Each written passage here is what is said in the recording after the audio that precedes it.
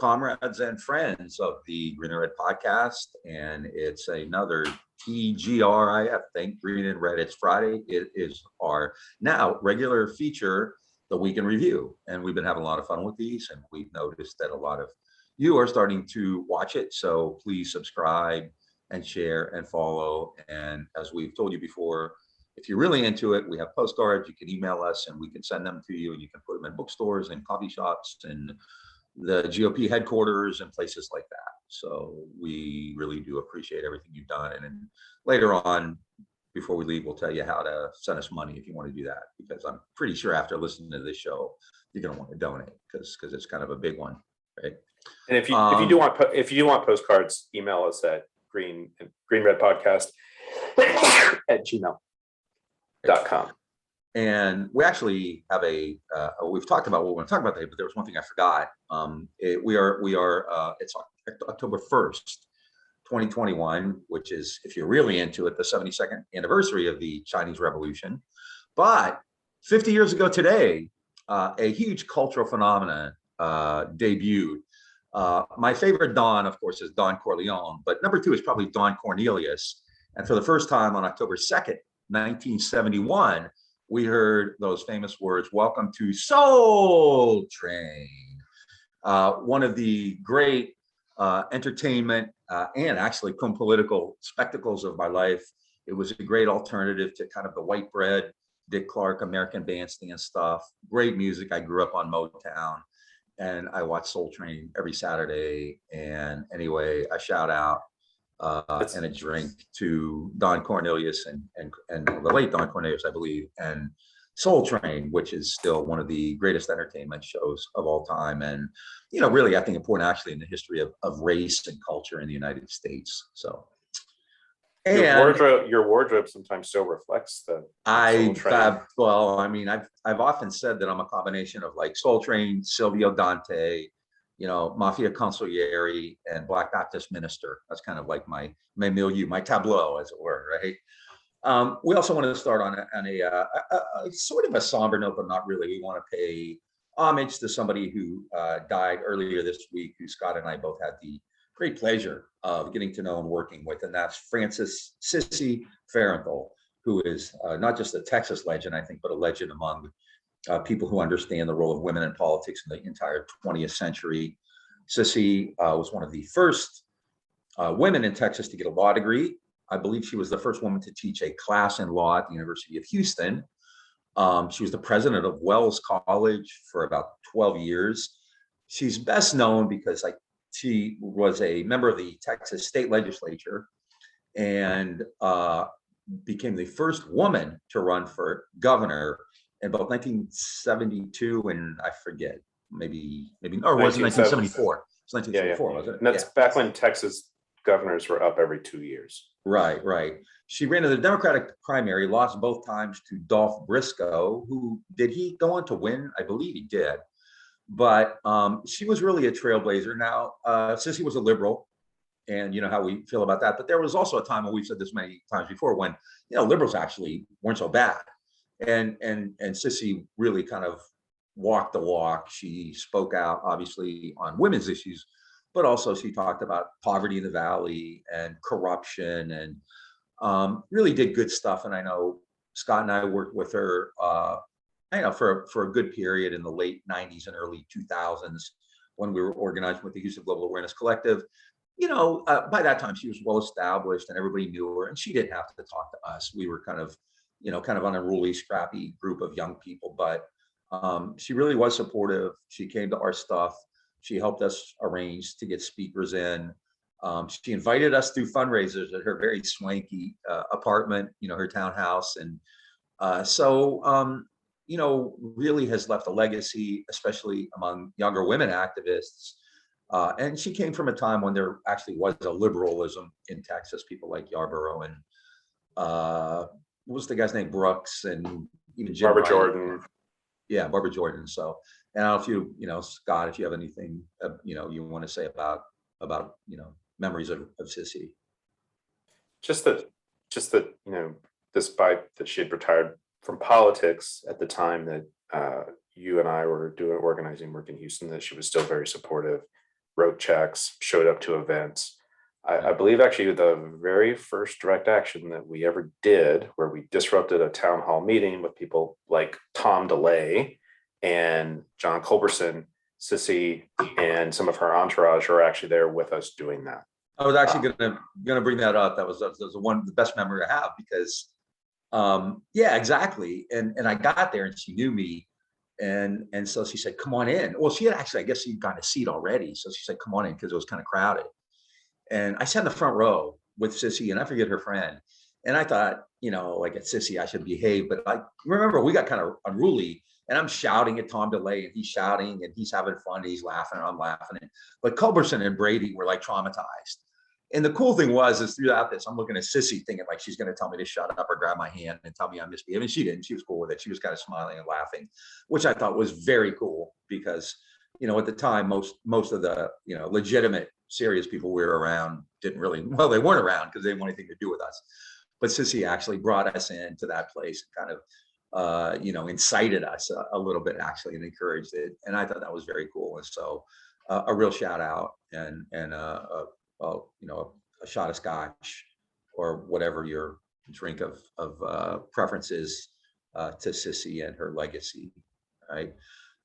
We also have some what we call alumni news today. A couple of people who have been guests on the Green and Red podcast, they're in the news again. And to start, Scott, you have somebody who you know pretty well who has really hit the big time now.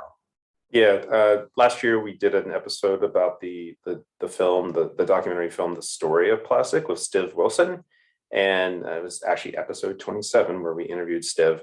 And this week, The Story of Plastic and Stiv actually won Best Writing in a Documentary at the Emmys. And so we can now say that we've had Emmy winners on the Green and Red podcast. But in seriousness, huge congratulations, huge shout out to Stiv and the whole Story of Plastic team for that win.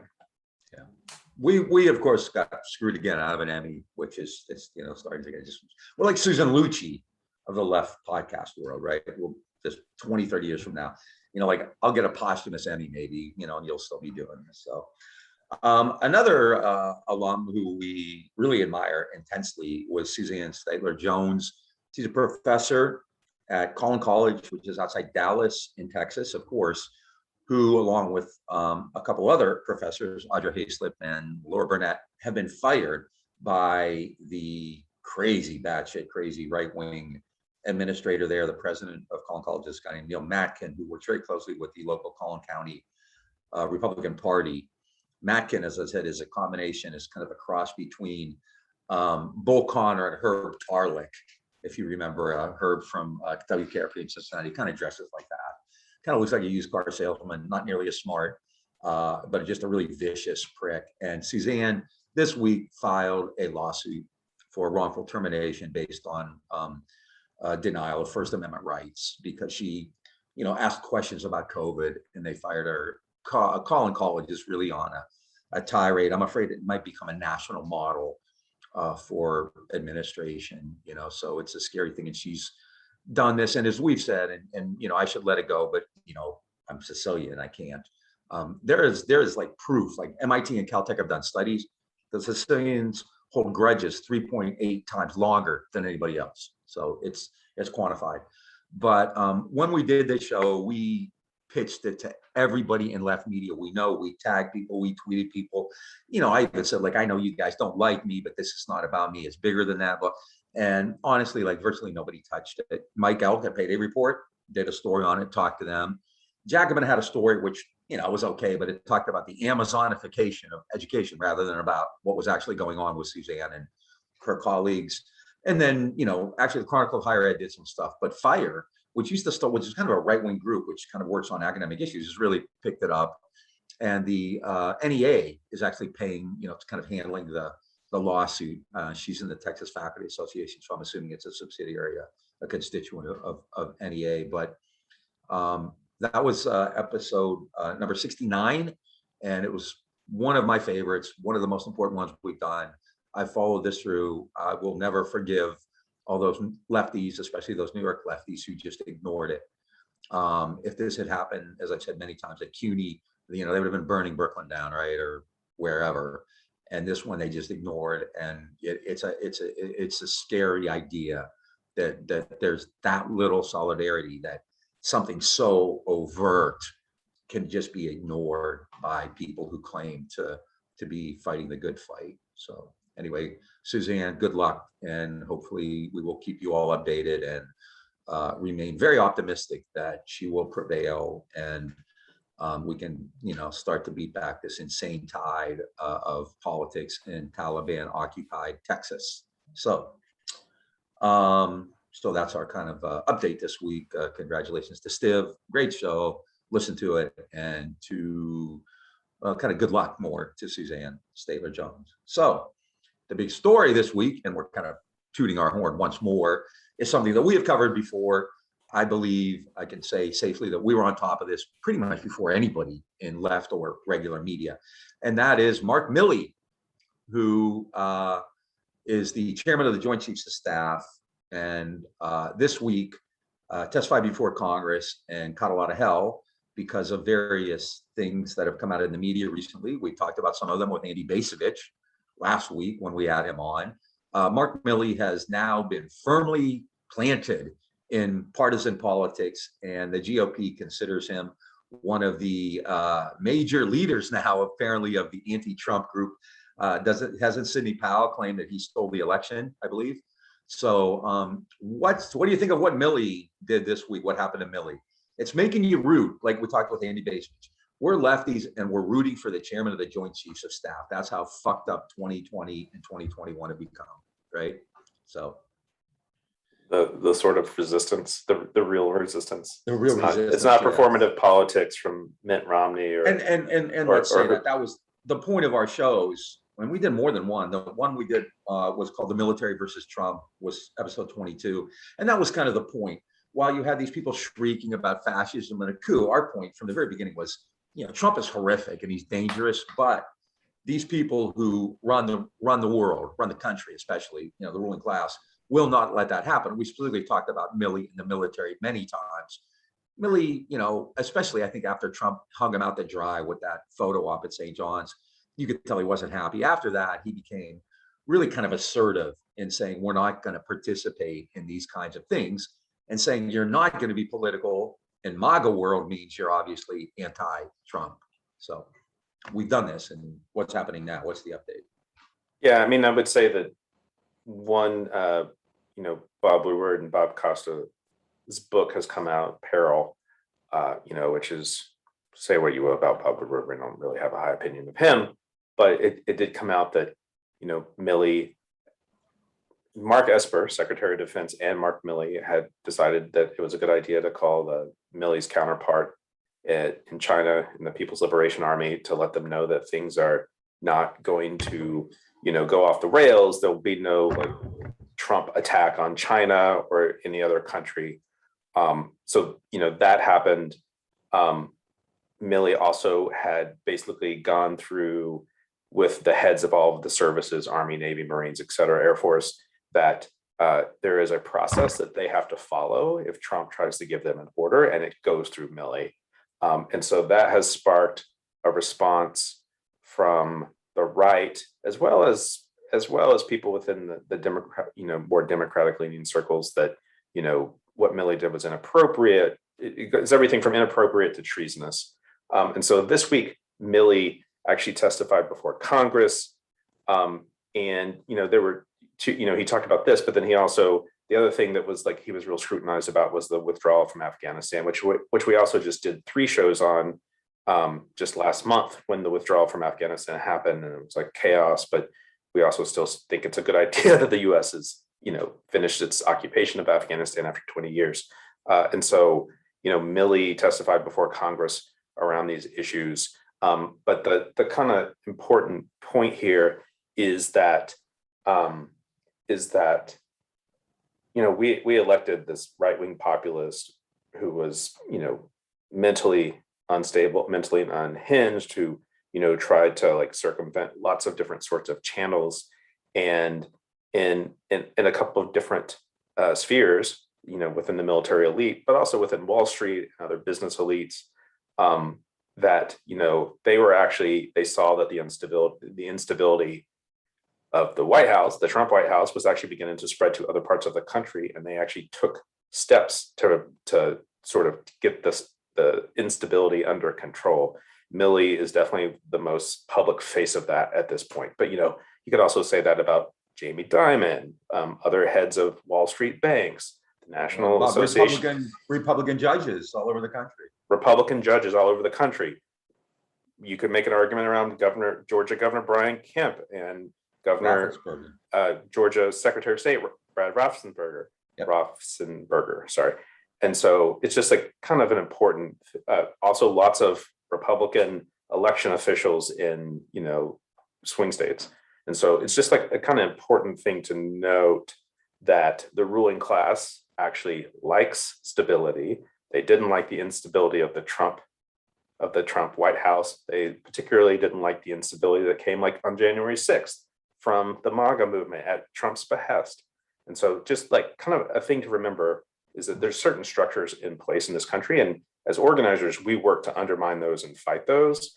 But then also, they also like played a role in preventing really widespread bad instability and just like crazy conspiracy theory related instability, the kind of stuff we don't want to see. Yeah, and I mean, it also shows just, again, in this, we'll talk about this again at the end, on how utterly impotent and pathetic the Democratic Party was and remains. That the fact was you needed, and that was why we were saying, with all these unhinged, hysterical lefties, like they're not doing anything. In 2017, America's becoming Nazi Germany, Trump is Hitler. What are you going to do about it? We're going to vote in 2020. Like if it's like we've diagnosed you with four stage cancer, yeah, and we'll operate on you 4 years from now. It's kind of like that, and we were kind of clear from the beginning that there are structures in place. And it's ironic, right, to hear people like Collin and Cruz and all these other guys attack the military and so on. The one piece of this, though, because a lot of times I'll talk about something, I'll say I know a little bit about that. I'm actually not being self-effacing. If I don't know much about it, I'll say I know a little bit about it. I know a lot about this. Like, this is one area I actually know pretty well. And the idea that the military doesn't get involved in politics and it shouldn't, and Milley has overstepped his boundaries, is insane. It's utterly absurd. That's never been the case. I've written extensively. I wrote a big book on Vietnam about the military, civil military relations in the Vietnam era. I followed it extensively since then. This happens all the time, and it really does. And usually it's not for the best of reasons. It's usually like, let's go fight a war here, or let's get bigger. Even more than that, actually, the military is not really gung-ho about going, like in Vietnam, the military wasn't gung-ho about going to war. The military was certainly not gung-ho about going into Iraq, or anything like that. Basically, they want bigger defense budgets. They'd much rather, one of my lines in one of my books is, they'd rather win budget battles on the Potomac than fight real battles on the Mekong Delta, right? So, the Tigris and Euphrates River. Yeah, Milley is the latest example of that. And, what really stands out, and I'm glad he did it. Like, I get it. I don't like, as a lefty, wanting the military intruding into this, but realistically, like if Kennedy and Johnson had listened to his military advisors, Vietnam probably wouldn't have happened. But the one thing about Milley that I do actually give him like significant props for was when there was they're talking about, how last year the military was part of this, like renaming Confederate bases, Confederate flags, and they stood their ground, which is ironic. Talking about Suzanne Jones, one of the reasons she was fired was for signing a petition saying, let's remove Confederate statues from Dallas. And she said, Suzanne Jones, Collin College, which is for identification purposes only. We all do that, right? She got fired by these idiots in Collin County for taking the same position that the Joint Chiefs of Staff took, right? And Milley was speaking before Congress, talking about like diversity training and things like that, and understanding race within the military. And it was really, I thought, very briefly, it was very powerful. He talked about critical race theory in ways that I think most lefty scholars could never approach. But he said very, very accurately that, people in the military are trained in history. And I've done a lot of research. And it's actually, I don't know of any institution that respects history more than the military, right? Not necessarily for all of the good reasons, but he said, we study military history. We understand it. He said, I'm a white guy and I don't really understand. I'm an older white guy and I don't really understand what it's like to be Black in America. But I want to, and I want our people in the military to do that. it was really powerful. I think that, as much as anything, put him in the crosshairs of all these GOP people. And, if he indeed, first of all, I'm not sure what actually happened, because like you said, Bob Woodward, who knows? But if Esper was in on this, then that's the chain of command. Milley didn't do anything. Who knows? Milley also said there were other people in the White House who were aware of this. So if he makes a call to the head of the People's Army in China, and the Secretary of Defense has approved it, that's not a violation of, that's certainly not treason, right?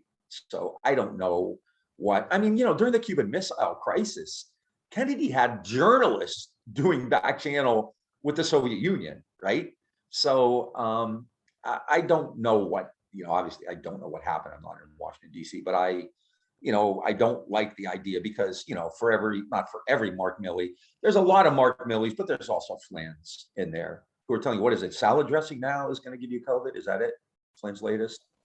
Yeah, something You like didn't hear that? Yeah, I think it's salad dressing gives you COVID. So, luckily there aren't as many Flynn's as there are Milleys, but there are a lot of Flynn's. And, a Flynn in the position of JCS chair would be catastrophic and cataclysmic. But anyway, Mark Milley, it's something we've talked about before, so we're bragging on this. But keep in mind, things are bad. And what's really terrifying is, like, I thought Trump was overblown. Now I think people are in this sense that, like, okay, we got rid of Trump. And the next Trump, I think, could be like way more dangerous, because Trump was just a sociopath. He was an idiot. He's on Twitter. He's saying stupid shit all the time, and is utterly reprehensible and just disgusting and unctuous as people like Cotton and Hawley are.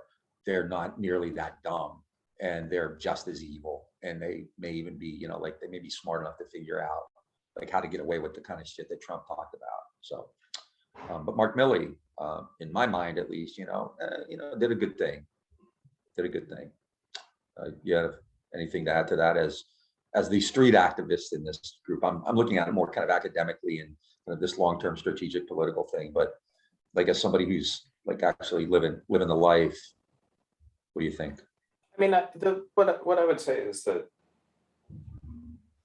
and I think there's like lessons to be learned for street movements from this, is that, these things were all at play with one another last year. It's like, we had the murder of George Floyd by the Minneapolis police, which led to an uprising in Minneapolis, which led to a nationwide uprising, even like global uprising in some places, and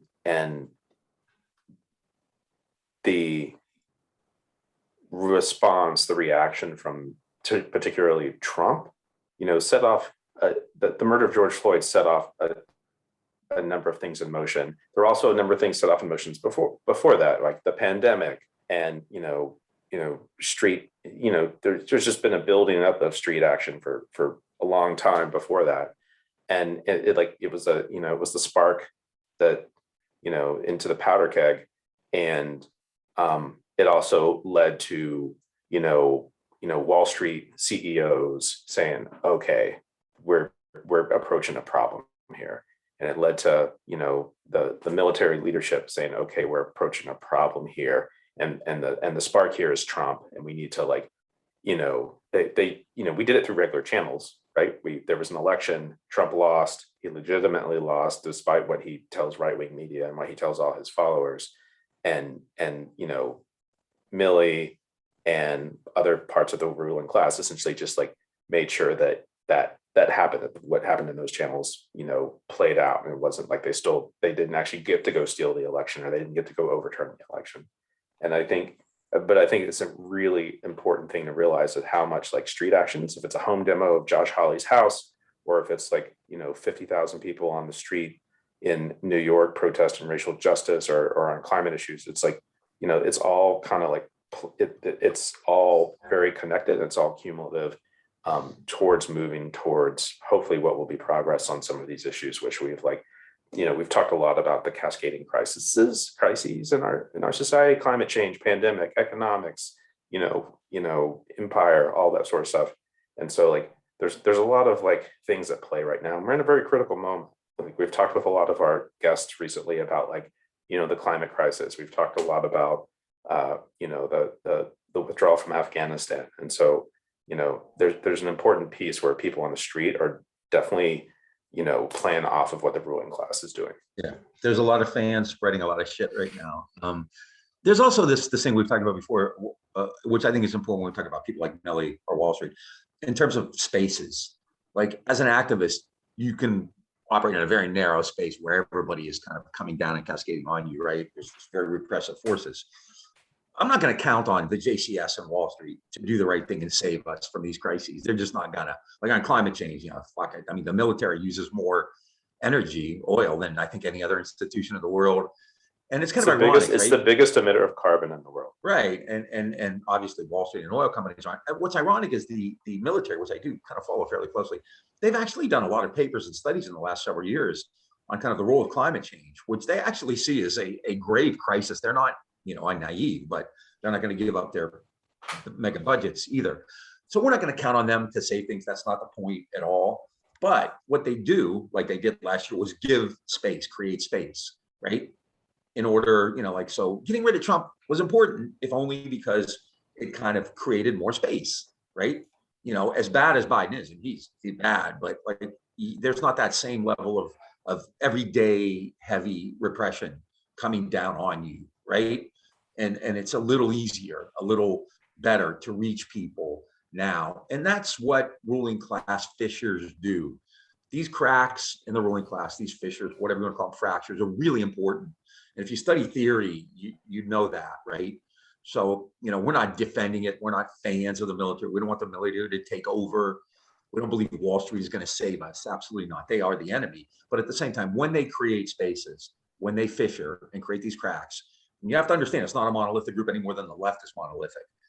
More monolithic than the left, because nothing's more fractured than the left. But it's not a monolithic group. And when they fracture, when they create spaces, you have to be there to act on them. And so that's why Mark Milley matters a lot.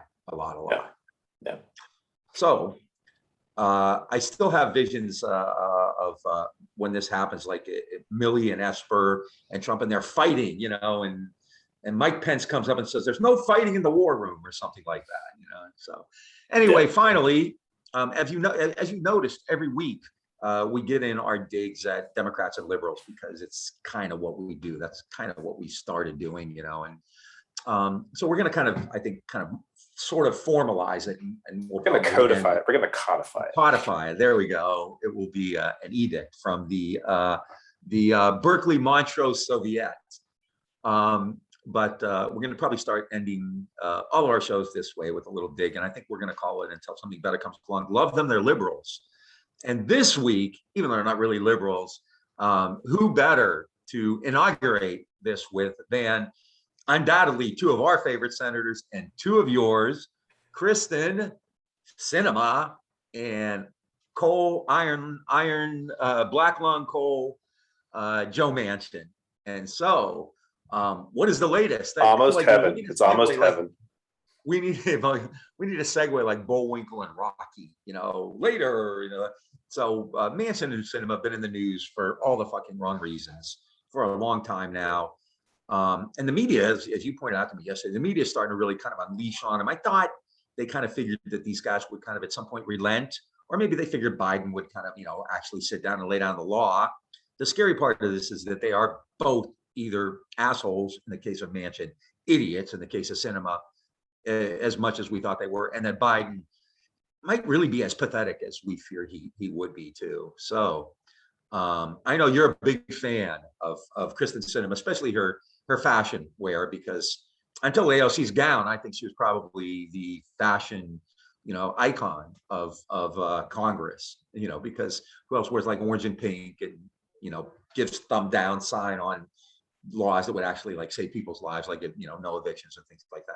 So what do you think are these two going to relent, or they're just going to go over the cliff together? I mean, they're the Thelma and Louise of Congress. Yeah, I do want to say real quick, a personal history note is that we talked about disrupting Tom DeLay when we did that with Sissy in 2001. I actually did it to Joe Manchin in circa 2007 when he was governor of West Virginia on coal mining issues. And so, like, I have a personal I have personal feelings about West Virginia Senator Joe Manchin, but I think that to me, we're, the other big story besides Milley has been this $3.5 trillion infrastructure bill, which has been like heavily debated since basically Biden came in, and how Manchin and Sinema, 50-50 Senate, are these obstacles to that. And it's clearly not about re-election. Like Sinema's poll numbers and popularity amongst Arizona Democrats is in the dumps. It's like, less than 30% or something like that. And then, Manchin, or the teens. And so she's toast. She's toast. And then Manchin, of course, is in an increasingly red state, like, reddest of the red states, who do actually hold sentimental feelings about their long-term politicians. So maybe he's got that going for him. I wouldn't be surprised that at some point he switches parties. But so, then what's the question? What's the impetus here? And, they're both funded with a lot of dark money. They're both funded with a lot of Koch money, Koch brothers money, the Koch organization. And so Sinema could be Koch money because she's kind of, different Koch money. Yeah, but it's just amazing how we're seeing this sort of increasing progressive,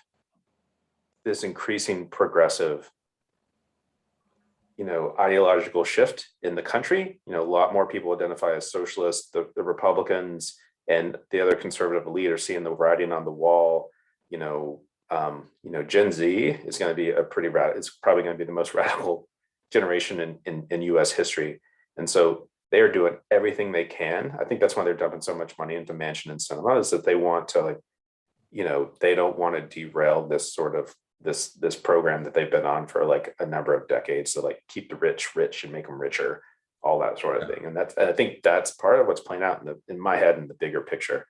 And then, Manchin and Sinema are just the media hit pieces on them has really gotten up in the last 2 days. That's also fascinating. If you see David Brooks in the New York Times jumping on Joe Manchin. Brooks eviscerated Manchin. That's scary. Yeah.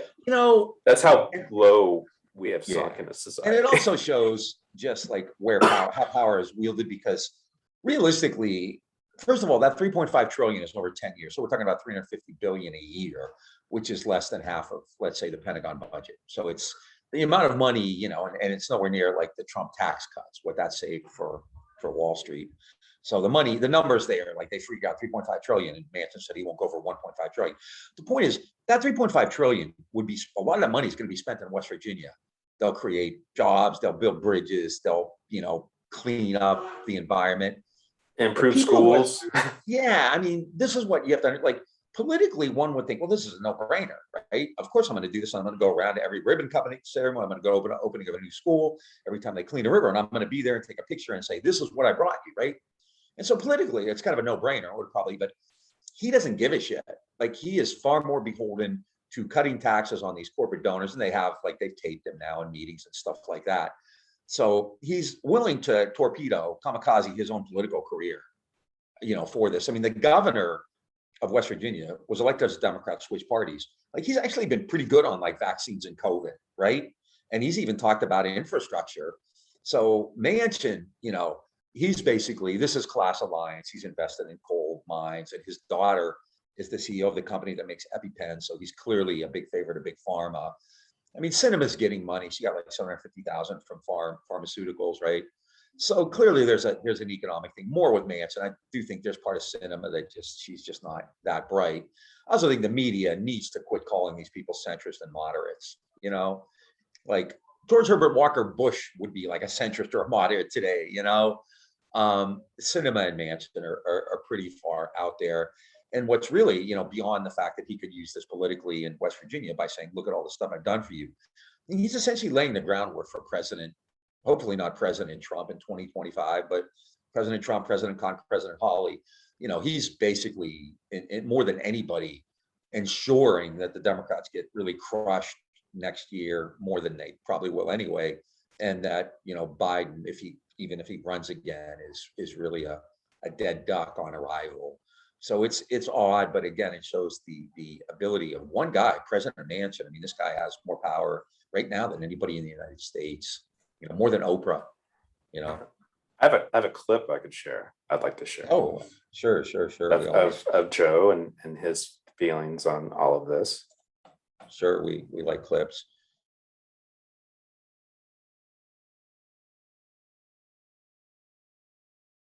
Means that are we targeting the people that need it or getting it, or the people getting it that maybe could do without? I mean, they're in pretty good shape. So I said means testing.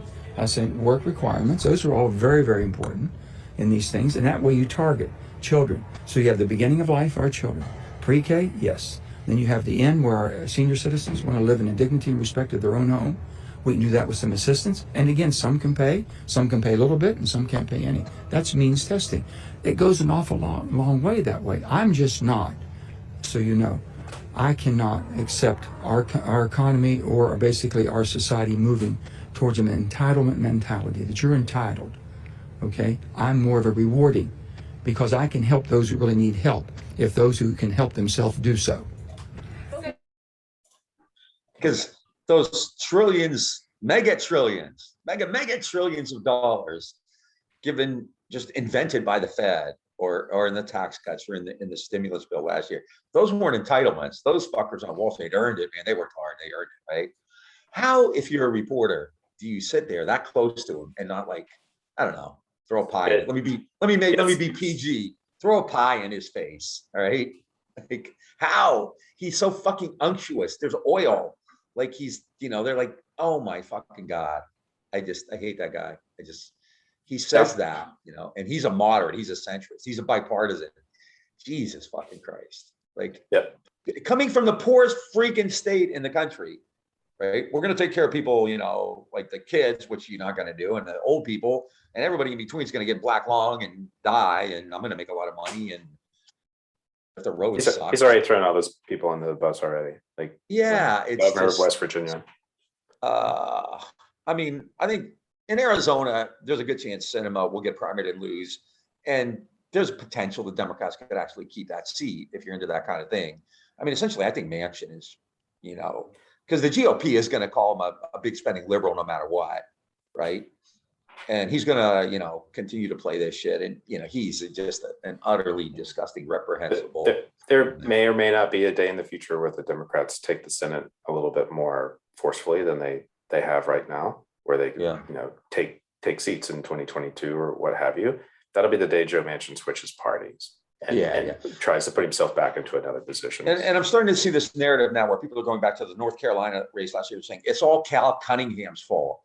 The guy from North Carolina was ahead in the polls, and then at the end there were like some texts were leaked of him and some woman, I guess naked pictures or something like that. Prove to me that has destroyed somebody's political career, right? Matt Gaetz is a pedophile. Kristi Noem was having a fling with Corey Lewandowski. Trump has had like mega suits for sexual harassment and rape and everything else, right? But the Democrats, the fucking liberals, the people who made Al Franken and Katie Hill quit, right? Like Kristen Franken, Killerbrand, I call it Franken Killerbrand. Pelosi made Katie Hill quit. These people, they want to be, look at how moral we are. We're not hypocritical like the Republicans. Meantime, and it's Cal Cunningham's fault. Meantime, we're not going to attack Joe, Manchin. We're not going to attack the way the Democrats lost a Senate race in Maine. How hard did you have to try to lose that race to Susan Collins?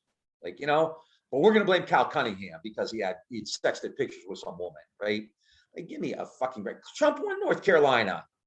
I mean, like, how the fuck is Cal Cunningham's, if you're constantly on your knees begging for scraps, you're the Washington Generals of politics, and this is what you get. And so that's why in our initial episode of Love Them, They're Liberals, they're not really liberals, but Manchin and Sinema are honorees this time. So any last thoughts on them or anything else? Because we got to keep these low. They've been kind of running on a bit. We're trying to keep them a little shorter. But please put comments too, down below on Facebook. Tell us what you think. Tell us what you think. Facebook tell us what you really think. All right. No holds barred. We can take it. We're tough guys, right? Yeah. And if YouTube on Facebook. Oh, sorry, go ahead. Yeah, and if I was just that you're just you're taking words out of my mouth. Yeah. If you like this and you want to share it and you want to spread the good word, one, you can get some postcards, just email greenredpodcast@gmail. If you want to check us out on Facebook, Twitter, Instagram, if you want to hit subscribe on this YouTube video, it's the little red button down in the bottom right. And then if you want to become a donor, go to greenandredpodcast.org and hit the support button, or become a patron. And we're one short of making our goal of 20 patrons. And so, go to patreon.com/greenredpodcast and become, even for $3, $10. If you give us $3 a month, you are a comrade. And so, we just want to encourage everyone to support the Green and Red podcast and keep this content going. All the mouths we have to feed, really appreciate it. It's been great talking. We'll be back again next week with more Week in Review. Fight the power. Fight the power, misbehave.